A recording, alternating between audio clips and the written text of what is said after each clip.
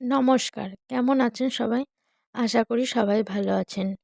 আজকে একটা কুয়াশাচ্ছন্ন সকাল নিয়ে আজ আমি আপনাদের সামনে হাজির হয়েছি।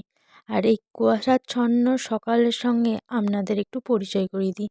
সকালবেলায় ওয়েদার পুরো একদম কুয়াশা, কুয়াশাময়। আর আমি এই কুয়াশাময় সকালকে ভীষণ ভালোবাসি। দেখুন চারিদিকে গাছপালার ওপর যে কুয়াশাগুলো পড়েছে, যে অপূর্ব একটা শোভা বৃদ্ধি করছে, যা যে কোনো শহরের সৌন্দর্যকেও হার মানায়। দূরে ওই যে গাছগুলো আছে পুরো ঢেকে গেছে, একটা অপূর্ব মায়া সৃষ্টি করেছে। আর আজকে ছিল আমাদের গ্রামে হাটবার, তার জন্য মানুষের আনাগোনা এই গ্রাম্য মেঠো পথে লেগেই আছে। কিছু মানুষ যাচ্ছে, কিছু মানুষ আসছে। তবে গ্রামের দিকে এত কুয়াশায় তো হাট একটু অনেক সময় নিয়েই বসে, একটু লেটেই বসে। যদি কুয়াশাটা না আসতো হয়তো একটু তাড়াতাড়ি বসতো, কিন্তু আজকে একটু অন্য দিনের থেকে কুয়াশা বেশি আসায় একটুখানি দেরি করেই বসেছে।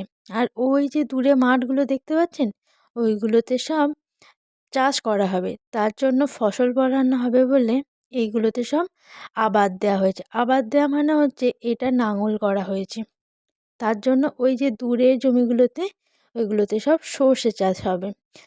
আপনারা দেখতে থাকুন।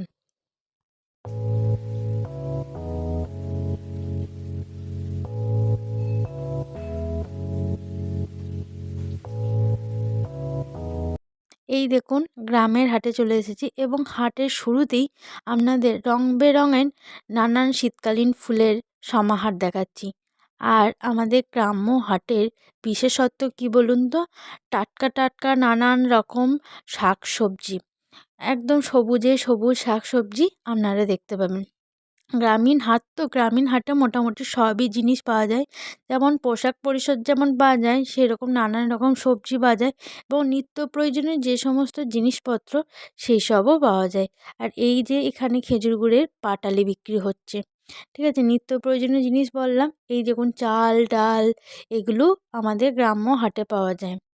এছাড়া নানান রকম ফল পাওয়া যায়। এছাড়াও মাছের তো বাজার আছেই, মাছ তো পাওয়া যাবেই, নানান রকমের মাছ।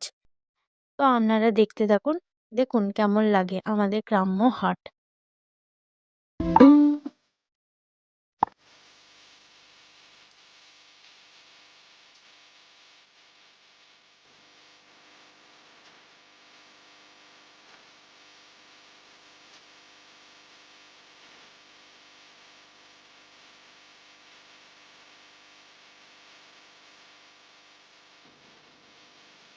আমরা বাঙালি, আর বাঙালি মানে মাছে ভাতে বাঙালি।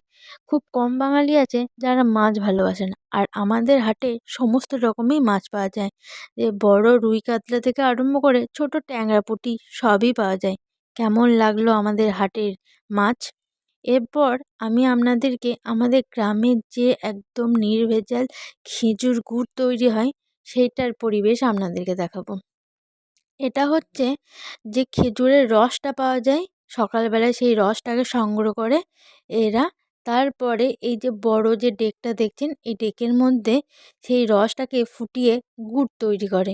একদম টাটকা তাজা সুন্দর খেজুরের গুড়। আর এই যে গুড়টা যে এখন ফোটানো হচ্ছে, এর পাশে দাঁড়িয়ে থাকলে আপনারা বুঝতে পারবেন যে কি অপূর্ব একটা সুগন্ধ বা স্মেল বেরোচ্ছিল। তো যাদের যাদের খেজুর গুড় পছন্দ, যারা যারা ভালোবাসেন, অবশ্যই আমাদের পূর্ব বর্ধমানে চলে আসুন আর এই খেজুর গুড় সংগ্রহ করুন।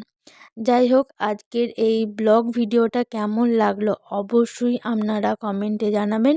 আপনাদের কমেন্টের অপেক্ষায় রইলাম। ভালো থাকবেন, সুস্থ থাকবেন, নমস্কার।